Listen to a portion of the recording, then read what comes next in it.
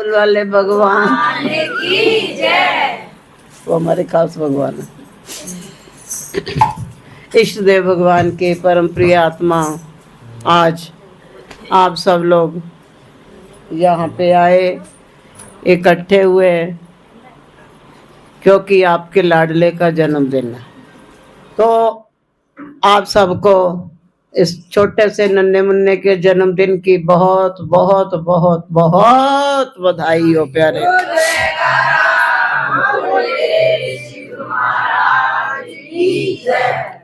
प्यारे, आज से 23 साल पहले कभी वक्त था, गायत्री नंगली साहब में रहती थी उसकी मम्मी, और तब तक इसका कुछ अता पता भी नहीं था कहाँ है ये, कौन से ग्वालिया बना हुआ कहाँ है पता नहीं। और उस वक्त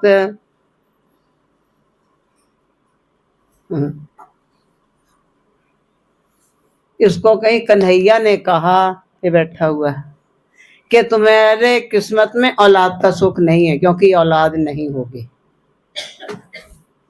और उस बीच में जो पुराने बंदे हैं उन्हें पता होगा कि कई समय तक गीता सुनाई गई थी, और वो तो फिर गायत्री तो गायत्री ठहरी क्योंकि खुद तो पढ़ना नहीं है। कई बार मोहन ने सुनाई, कई बार किसी ने, वो तो बैठी रहती थी, आधी सो भी जाती थी। तो जो पढ़ने वाला कहता था तेरे को सुना रहे, हमने खुद सुनना है, उठ के बैठ, तो हिला देता था। तो कहते ऐसे तो मैं सारी जिंदगी सुन सकती हूँ, सुनाते रहो। फिर उसके पहले इसने कहीं कह दिया गुरु महाराज जी के सामने दरबार में कि गुरु महाराज जी, लड़की हो या लड़का जो भी हो, अभी पता लता कुछ भी नहीं इसका, जो भी बच्चा होगा वो आपका। फिर ये महापुरुषों का अवतरण हुआ, जिसका नाम उस समय अखिल रखा गया, कन्हैया नहीं रखा था नाम इसका। ये तो किसी कारणवश कुछ समय के लिए नाम बदला गया वापस, फिर इसकी आईडी वाईडी सब अखिल से ही चल रही है। ये हमारे माता जी बैठे हैं, इसको लाने में इनका बहुत बड़ा सहयोग है।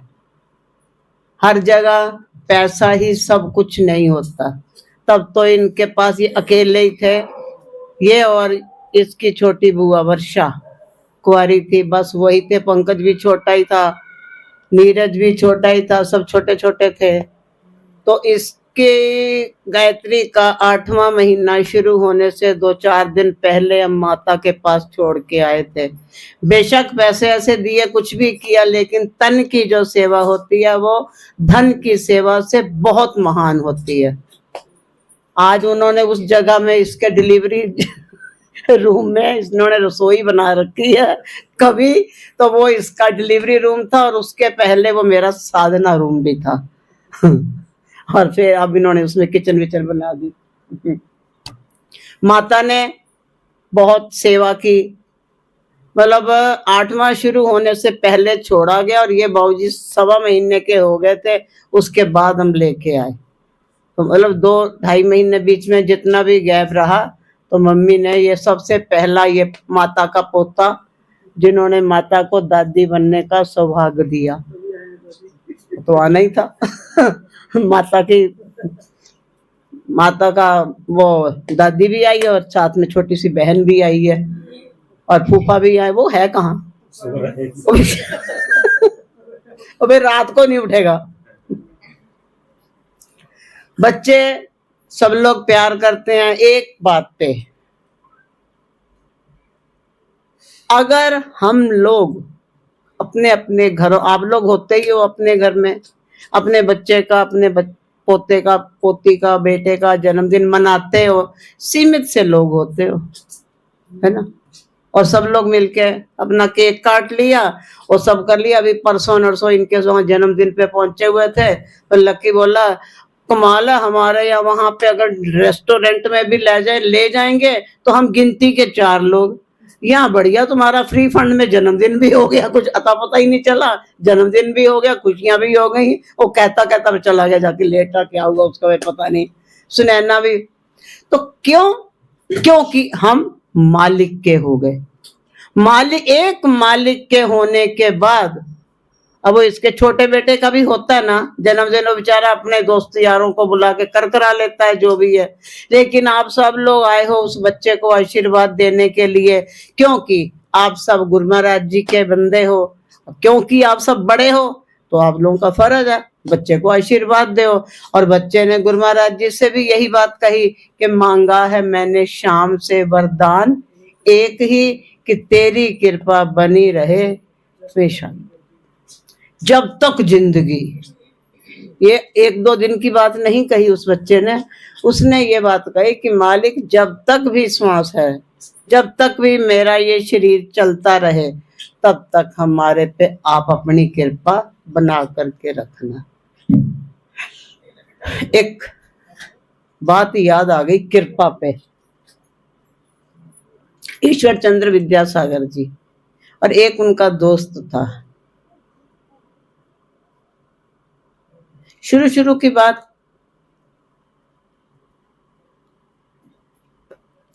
अभी ये विद्या अध्ययन करने के लिए चले, और जब इनकी विद्या पूरी हो गई तो दूसरा बंदा जो था ना, मतलब ईश्वर जी का नहीं, विद्यासागर जी का जी नहीं, दूसरे वाले, वो उन्होंने सोचा अब कुछ कमा के भी जाएं, घर अपने जाएंगे तो खाली हाथ क्यों जाएं।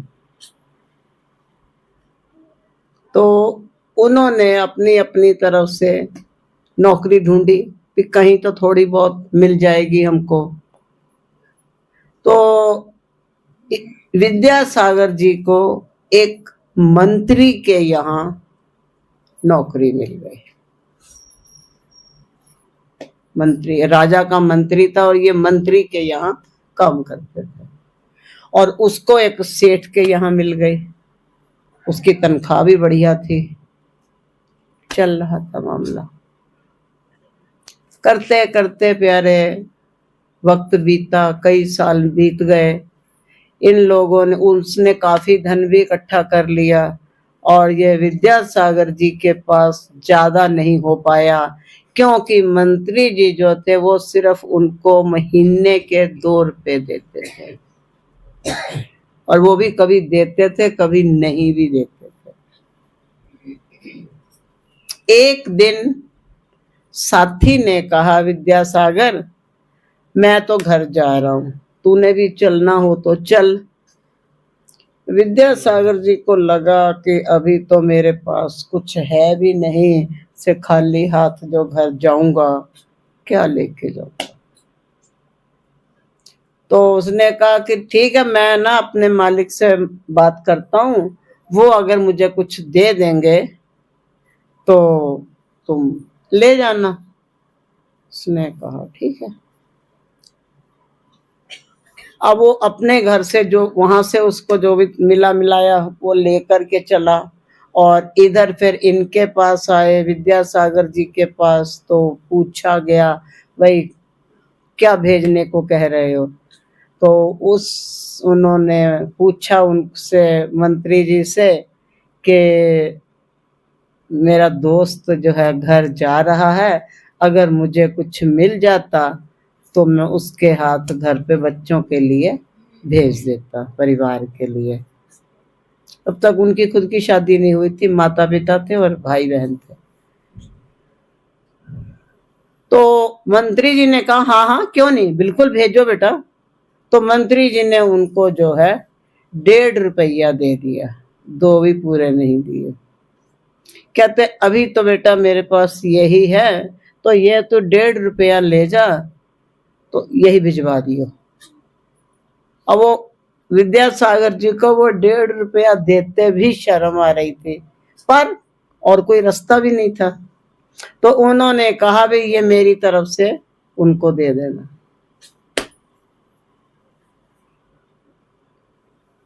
चल दिए। अब वहां पे चलते चलते, रास्ता पैदल यात्रा करनी थी, रास्ते में एक जगह उनको जो है रात रुकने की बात आई, और धर्मशाला जो थी, सराय वगैरह, वो दरवाजे बंद हो चुके थे और वो फुल भी थी, जगह थी नहीं इनके लिए, तो इनको जो है रात एक पेड़ के नीचे काटनी पड़ी। तो ये बेचारों ने सोचा कि हम, उससे पहले एक जगह पे ना इन्होंने, यहाँ पे दोस्त ने अपना दिमाग लगाया। उन्होंने तो 1.5 रुपया दे दिया था, वो 1.5 रुपया लेके चल भी दिए, और वो जो है रास्ते में एक जगह अनार बिक रहे थे 1.5 रुपया किलो। तो उसने सोचा मैं अनार ही ले जाता हूँ, कम से कम 2-4 दाने दिखेंगे तो, ये क्या मैं 1.5 रुपये पकड़ाऊंगा उनको। तो अनार उसने ले लिए और एक पोटली सी बना के अनार को तो उन्होंने टांग दिया पेड़ पे, खुद अपना जो माल वाल था तकिए सर के नीचे दबा के सो गया। रात के समय वहां पे जो है निकले चोर, और ये चोर निकले तो इसकी गुथली से जो तक बना रखा था तकिया सारा छीन लिया, भाग गए, लुटपिट गया। पोटली पे नजर गई कोई नहीं, वो वहीं पे बंधी हुई थी ऊपर ही। सवेरे उठे तो देखा भी ये क्या हुआ, ठन गोपाल। तब उन्होंने देखा, अरे मैं ही लुटपिट गया, इसके तो अनार ऐसे के ऐसे टंगे पड़े हैं, चलो और कोई रास्ता नहीं। तो अनार उतारे, दिन हो ही गया था, चल पड़ा आगे को। और चलते चलते जब अगले राज्य में पहुंचा तो उस राज्य का जो राजा था उसकी बेटी अर्थात राजकुमारी को बहुत सीरियस कोई बीमारी थी, किसी भी कीमत पर जो है वो ठीक नहीं हो पा रही थी। और राजा ने उसका ऐलान कर रखा था भी हकीम किसी को भी बुलवा लो, कोई भी आ जाए, मेरी इकलौती बेटी है, ये ठीक होनी चाहिए। एक हकीम जी आए और उन्होंने नाड़ी देखी तो नाड़ी देख के बोले ये ठीक तो हो जाएगी अगर इसको कहीं से अनार मिल जाए, बस 5-10 दाने मिल जाए अनार के तो ये लड़की तो बच जाएगी। अब राजा ने मुनादी करा दी कि क्योंकि उस देश में राज्य में अनार ही नहीं होता था, इसने तो पीछे ले लिया था। तो राजा ने मुनादी करा दी कि जो भी कोई अनार ला करके देगा उसको 100 स्वर्ण मुद्राएं दी जाएंगी। ढिंढोरा इसने भी सुना, एक मन हुआ कि मैं दे दूं जाके, एक मन हुआ कि अरे ये तो उसकी अमानत है, क्या करूं। तो असमंजस में था ये, तो असमंजस में पड़ा फिर सोचा चलो अगर राजकुमारी की जान बचती है तो क्या फर्क पड़ता है, तो मैं चला जाता हूँ, उस दे देता हूँ। तो इसके पास अनार जो थे वो अनार लेकर के राजा के पास पहुंचा, बोला महाराज मैं पीछे से आ रहा हूँ, पीछे मेरे को अनार मिले थे, तो मैं यहाँ तो राज्य में तो है ही नहीं अनार कहीं, तो ये अनार है, अगर बिटिया ठीक हो सकती हो तो आप देख लो। अनारों का उस समय तो बेसुध सी ना, तो अनारों का जूस उस निकाला गया, उसके मुंह में डाला गया, एक पूरा अनार पिलाने के बाद लड़की ने आंख खोल दी, और आंख वाँख खोल के धीरे धीरे जो है लड़की तंदुरुस्त हो गई 2 दिन के अंदर अंदर। तब तक वो वहीं था, वहीं रुका। तो राजा ने उसको स्वर्ण मुद्राएं, तो वादा था उसका, तो 100 स्वर्ण मुद्राएं देने की बात कही। उसने सच सच बात कही, बोला महाराज इन मुद्राओं पे मेरा कोई हक नहीं है, क्योंकि ये मेरे साथ एक विद्यासागर नाम का साथी मेरा और था, तो वो जो है वहां पर नौकरी करता था, तो ये उसको उसके मालिक ने 1.5 रुपया दिया था, तो यहाँ मेरे को पिछले ही शहर राज्य में जो है 1 किलो अनार दिख गए, तो मैंने यही 1.5 रुपए के ले लिए। महाराज मेरी तो सारी चोरी हो चुकी है, सच बात बता दी उसने। पर ये अनार पेड़ पे बंधे हुए थे तो ये चोर शायद देख नहीं पाए, इस वजह से ये बच गए हैं, और आप इस पे मेरा अधिकार नहीं है। मैं तो यहाँ पे आया हुआ भी डर रहा था कि उसकी सैलरी के अनार हैं, मैं यहाँ भी दूं या ना दूं। तो महाराज राजा ने कहा अच्छा ऐसा है, तेरा साथी कहाँ रहता है, किसके पास काम करता, उसने थोड़ा बहुत बताया। तो जब बता दिया तो राजा ने घुड़सवार भेजे और उसको जाकर के कहा कि भाई अब तुम वापस आ जाओ, अब तुम्हें नौकरी करने की भी जरूरत नहीं है, क्योंकि तुमको स्वर्ण मुद्राएं 100 मिल रही हैं राजा की ओर से, और वो राजा आपको बुला रहा है। और बेचारा गया मंत्री के पास, बोला महाराज अब ये कुछ बता रहे हैं, बताओ मैं क्या करूं। मंत्री ने कहा बेटा, जिस नेक नियत से तुमने यहाँ काम किया था, जिस ईमानदारी से तुमने यहाँ काम किया था, मैं समझ गया था कि तुझको मैंने राजकोष का एक भी 2 नंबर का माल नहीं देना। मैं खुद जो हाथों से मेहनत करता हूँ, मैं बस वही सैलरी तुझको देता था। ये मेरी खून पसीने की कमाई थी, वो तो बेटे रंग लाएगी ना। और मुझे मालूम था कि इस 1.5 रुपए के बाद फिर अब तुमको काम करने की जरूरत नहीं पड़नी। जाओ बेटा, अब तुम उनके साथ जाओ और ऐश करो। और ईश्वर चंद्र विद्यासागर जी को कौन नहीं जानता, सब जानते हैं, कितने प्रसिद्ध हुए और ईमानदार। यार हमें भी अगर हम नेक नियत से और मेहनत से सब काम करते चले जाएंगे तो हमको भी मालिक बरकत बख्शता चला जाएगा। लेकिन अगर मामला, अब वो बच्चा कह सकता, सोचता स्वर्ण मुद्राएं लेके मैं जाऊं, उसे क्या पता, लेकिन उसकी भी ईमानदारी।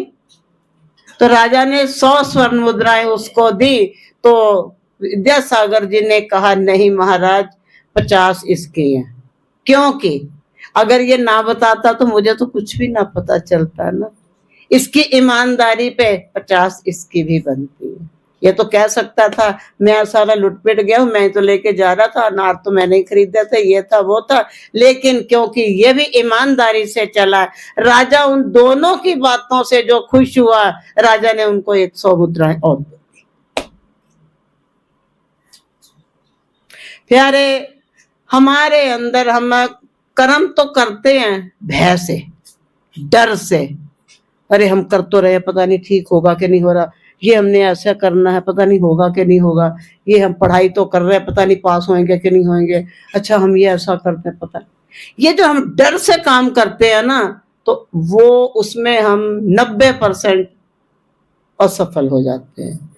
लेकिन अगर निडर होकर के मालिक के भरोसे पे चल के काम करना शुरू कर देंगे तो हमारी फतेह ही फतेह है। एक बार की बात है, एक राजा के बेटे का जन्मदिन था, राजकुमार का। तो उसका विदेश से भी कोई था दोस्त, उसको भी बुलाया। तो वो जब आया तो वो विदेशी मन जो साथी था, उसे और तो कुछ ना सूझा, वो वहां से एक बहुत ही गजब का एक पत्थर लाया था। वो उसने राजा बच्चे को हैप्पी बर्थडे में दिया गिफ्ट। राजा उस गिफ्ट को देखकर इतना खुश हुआ, वो तो चला गया। लेकिन वो राजा, देखिए यहाँ पे हम लोग सोचे ये पत्थर काम क्या करे, सर पे मारे क्या इसको, सोच। लेकिन राजा के सोच रहा है कि ये पत्थर इतना बड़ा, जो इतना बड़ा पत्थर था, कि ये जो पत्थर है इतना गजब का पत्थर, और मेरे दोस्त की निशानी है, विदेश से आया है, तो उसका प्यार है, तो मैं इसको कुछ तो करूंगा। उसके दोस्त के चले जाने के बाद उसने मंत्री से कहा, भाई इस पत्थर की ना एक मजेदार भगवान विष्णु की मूर्ति बनाओ, और ये पत्थर टूटना ना चाहिए, बेकार ना होना चाहिए। अगर तो मूर्ति बन के तैयार हो गई तो उसको मुंह मांगा इनाम मिलेगा, और अगर पत्थर टूट गया तो हाथ भी काट दिए जाएंगे। शर्तें दोनों थी। अब मूर्ति मुंह मांगा इनाम, और मूर्ति, बड़े बड़े मूर्तिकारों ने सोचा हम चलते हैं, हम बनाते हैं, पर वो ये था कि अगर पत्थर टूट गया तो हाथ कट जाएंगे।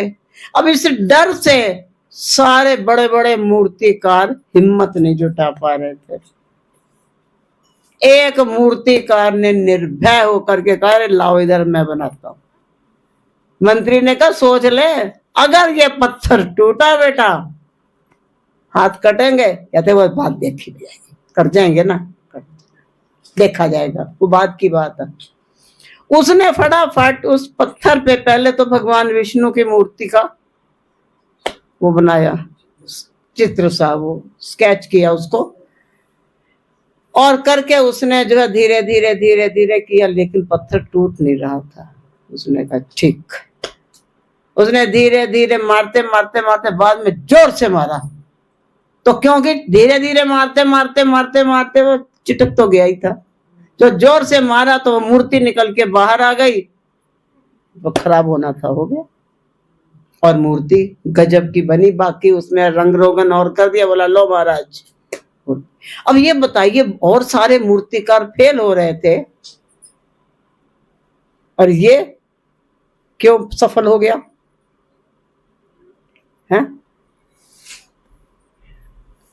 ये क्यों सफल हो गया? मूर्तिकार तो वो भी थे, हैं? क्योंकि वो उसने कहा मैं फ्यूचर तो सोचने वाला ही नहीं हूं, हाथ कटेंगे तो कट जाए, जो होगा देखा जाएगा, पर मैं बना के तो छोड़ूंगा। मैं अपनी आर्ट जो है उसको नहीं, अपना जो मेरा गुण है ना, मैं उसको नहीं खराब होने दूंगा, और मैं तो उसको करूंगा। और वही किया उसने, और वो धीरे धीरे सारा वो बना के स्केच सा ड्राइंग सी बना के, और उसके ऊपर मार मार के पहले धीरे धीरे धीरे धीरे धीरे धीरे 1 घंटे तक तो उसने धीरे धीरे चोट मारी, और फिर बाद में देखा भी मामला अब सेट हो गया। उसने पकड़ के जोर से जो मारी तीनों चारों तरफ पे, मूर्ति निकल के बाहर आ गई। और जब मूर्ति निकल के बाहर आ गई और रंग रोगन कर दिया, मुंह मांगा इनाम। राजा ने जब मुंह मांगा इनाम देने की बात कही, तो बताइए जरा उसने क्या मांगा होगा?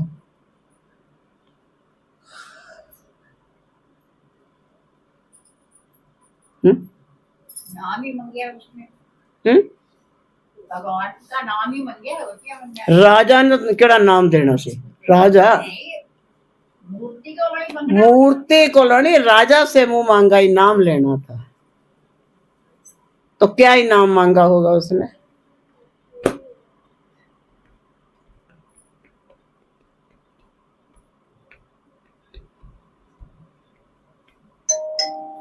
कुछ तो सोचो।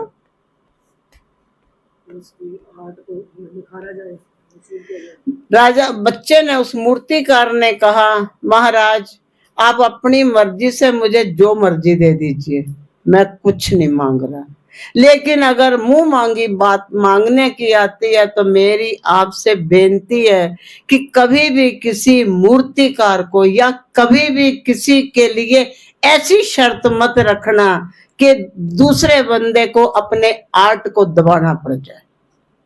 कर वो भी सकते थे, लेकिन वो तुम्हारी सजा की वजह से हिम्मत नहीं जुटा पाए, और अगर जो है सारा मामला सेट होता गया तो फिर हो गया तो हो गया। राजा खुश हुआ, राजा ने उसको बहुत प्यार भी किया, इनाम भी दिया। तो प्यारे, हम भी भक्ति मार्ग में आते हैं। भक्ति मार्ग की तो बात ही छोड़ो, कभी कभी मेरे जैसा का तो लखनऊ वाली नीलम तो बड़ा हंसती है, कहती तुम्हारी तो सत्संग की शुरुआत ही सवाल से होती है। प्यारे, जीवन में हम सही उत्तर देना तो चाहते हैं, लेकिन डर लगता है। सही उत्तर देने में भी डर लगता है। क्यों? क्योंकि ये भाई जी पता नहीं आगे क्या कह देगी। अभी हिमाचल में कोई बात चली, पता नहीं क्या, मैंने सवाल पूछा कुछ, तो वो कुछ लोगों ने तो ऐसे हाथ खड़ा किया, किसी ने ऐसे किया, तो कोई ऐसे कर रहे थे। मैंने कहा ये कौन सा आप बच्चा खिला रहे हो भाई, ये क्या है? तो मैंने कहा सब जानते हो कि हम ये बात जवाब अगर दे देंगे तो अगला जो भाई जी ने सवाल करना है वो हमारे पे ही पलट के आ जाएगा, इसलिए ओखली में सिर कौन दे, है ना? तो आप ये उखली में सिर देने से डर रहे हो और ऐसी कोई बात नहीं है।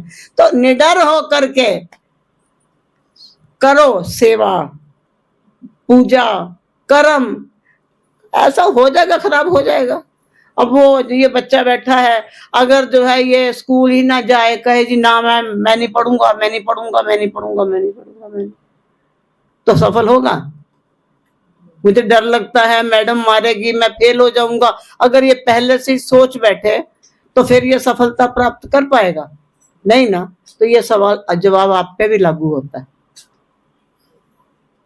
हम किसी भी काम को करने से पहले सोच में ये पड़ जाते हैं, पता नहीं कर पाएंगे, नहीं कर पाएंगे। क्यों नहीं कर पाओगे? हम उनके बच्चे हैं जिन्होंने नदी पे गाड़ी चला दी थी। बताया था ना कैसे श्री गुरु महाराज जी ने, जो उनसे कहा बस चला दे गाड़ी, और बोला महाराज आगे गाड़ी है और नदी बह रही है, चला दे। अरे भाई गियर छोड़ दे और एक्सीलेटर दबा दे। वो कहते मैंने तो आंख बंद की और देखा तो अगली बार पार था। तो हम उनके बच्चे हैं, और उनके बच्चे होते हुए भी अगर हम डरें तो फिर बड़ी अजीब बात है। बड़ी कन्हैया की बात करते रहते हो। ये वही है जो काली नाग को मारने के लिए नदी में कूद गया था। जिस नाग से डरते हुए न जमुना का पानी जहरीला हो गया और कोई जमुना में जा नहीं रहा था, वही कालिया ना, और वो उसके पास कूद गए।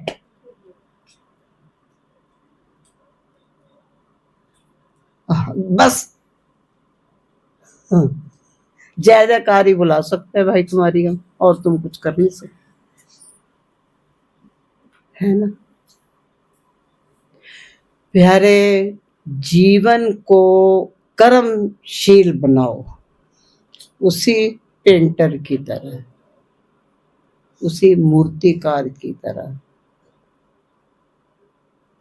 और जब तक 10 नाखूनों की किर्त की कमाई और हमारी मेहनत की कमाई जो चलेगी तो मालिक संभाल लेगा भी। ऐसी बात नहीं है। देर सवेर परमात्मा का शुक्र करते रहो।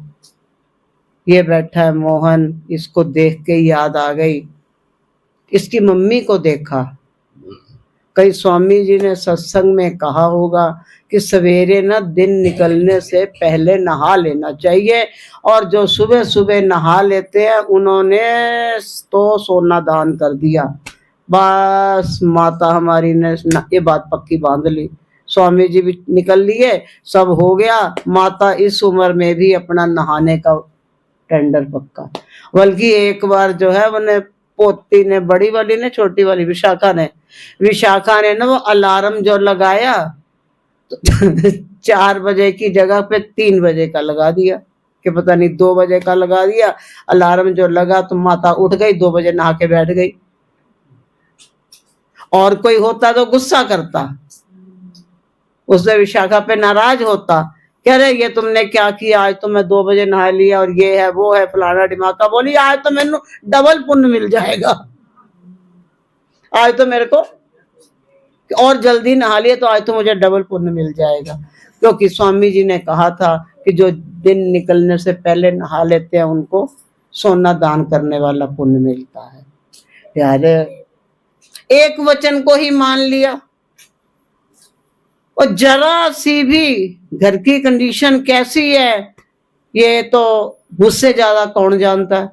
उसके बावजूद भी जरा सी भी कोई बात होती है, अरे गुरु महाराज जी का बड़ा शुक्र है, ये तो पूरी नमकीन 1 किलो का पैकेट ही ले आया। अरे इसमें भी गुरु महाराज जी का शुक्र। हर बात पे रोटी खाएगी, गुरु महाराज जी का बड़ा शुक्र है। ऐसा करना है। गुरु महाराज जी का बड़ा शुक्र है, वो कदम कदम पे जो है दो बातों को पकड़े हुए। एक तो माता जी ने हमारे ने सवेरे सवेरे उठ के नहा लेना है, और दूसरा जो है हर बात पे उस परम पिता परमात्मा का शुक्राना करते रहना है। और एक हम लोग हैं, जरा सी भी किसी बात की हमको जो है मिले ना, किसी की कमी पड़ जाए, अभी बत्ती चली जाए तो सब व्याकुल हो उठ जाओगे। ओ बड़ी गर्मी, हाय गर्मी, हाय गर्मी, हाय गर्मी, हाय गर्मी, बड़ी दिक्कत हो गई है ना। प्यारे, परमात्मा का जो कदम कदम पे शुक्राना करते रहते हैं, और उस परमात्मा के संतों के बताए हुए एक आधे वचन को भी अगर हम मान के सही ढंग से चलते रहते हैं, तो प्यारे वो फिर परमात्मा आखिरी में लेने तो फिर खुद ही आता है। क्योंकि उसको भी पता है ये सारी जिंदगी मेरा ही शुक्राना करती हुई या करता हुआ चला गया, अब तो कोई बात। अभी हिमाचल में एक घटना घट गई, वो तुम लोग जो गए थे तो तुम लोगों को एक मूर्ति दी गई होगी, पेंटिंग। तो वो पेंटिंग जो बनाते हैं निशा आंटी वगैरह, हम भाभी जो भी हैं, तो हम सारे वैसे उनको निशा दीदी कहते हैं। तो वो उनके हस्बैंड नहीं रहे, और मैं गई अभी तो मैंने पूछा कि आंटी हुआ क्या था अंकल को। वो कहती भाई जी कुछ हुआ हो तो बताऊं, कुछ पता ही नहीं चला। इतवार को तो थोड़ा सा एकदम से कह रहे हैं मेरे को सीने में दर्द सी हो रही है, और पसीना सा हल्का सा आया, डॉक्टर के पास लेके गए हैं, तो डॉक्टर ने कहा कि जो है आप ना मंगलवार को आना। तो बोले सोमवार भी निकल गया, मंगलवार को वहां जाना था। गुरु महाराज जी से, मंदिर बड़ा अच्छा बना हुआ है, तो कहते गुरु महाराज जी से, कहते अच्छा गुरु महाराज जी हुण तुहां देखना।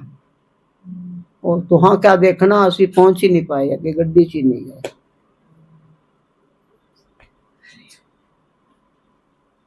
तो प्यारे, जीवन में संघर्ष तो बहुत आता है, जीवन में उतार चढ़ाव तो बहुत आता है, और किसके में नहीं आया। अभी मीरा की बात सुने, कैसे बहाने बहाने से वो तंग कर रहा राणा, कभी जहर दे रहा है, कभी नाग भेज रहा है, कभी जो उसके मंदिर को तोड़ रहा है, कभी कुछ कर रहा है, कभी कुछ कर रहा है। लेकिन जब जब भी मीरा ने याद किया तो कन्हैया उसका दौड़ के आया है। आना कहाँ से, तो है तो हृदय में ही ना, वहीं से तो प्रकट हुआ। ऐसे ही धन्ना तो वो गंवार जाट बेचारा पत्थर की मूर्ति लेके वो कहता भी खा ले भाई। अब वो ठाकुर भी नहीं है, पत्थर है, पंसेरी 5 शेर का पट्टा। अब वो क्या करे, भगवान तो कण कण में है, सिद्ध कर दिया ना उन्होंने कि मैं कण कण में हूं। तो वो जो है ओ खा ले भाई, देख ले नहीं मरेगा भुखा। इथों नहीं तो जाने वाला, वो पंडित तेन खवांदा होना दुध मक्खन पेड़े, और इथे खा ला साग रोटी लस्सी पी ला चुपचाप। हंस तो भगवान जरूर रहे होंगे उसकी बात पे, लेकिन कैसे करे, एकदम प्रकट कैसे हो जाए। एक बार 2 बार सवेरे से शाम हो गई, और धन्य की घरवाली ने कहा अरे भाई ये क्या है। बोले तू खा ले, सो जा जाके। मेरा तो ठाकुर ने रोटी खांदा पे, तेनू अपनी बड़ी है, ठाकुर तो रोटी खा ले ना। देख यार तेरे चक्कर तो मैनू भी पैंदियां पईयां झाड़ा, खा ले चुपचाप रोटी, क्यों नहीं बंदा बन रहा। सवेरे से शाम हो गई, सारी रात बीत गई, ठाकुर जी नू तरस ना आया, खुद भी ना खाधी, धन्ने नू भी नहीं खाण दित्ती। दूजे दिन चढ़िया गुस्सा, वो दराती घा कट्टण वाली पई सी कोल ही, चुक्की और बोले आना कि मैं अपना सिर वड्डा। बोल आना के वड्डा सिर। और मेरे को तो सत्या याद आ गई। वो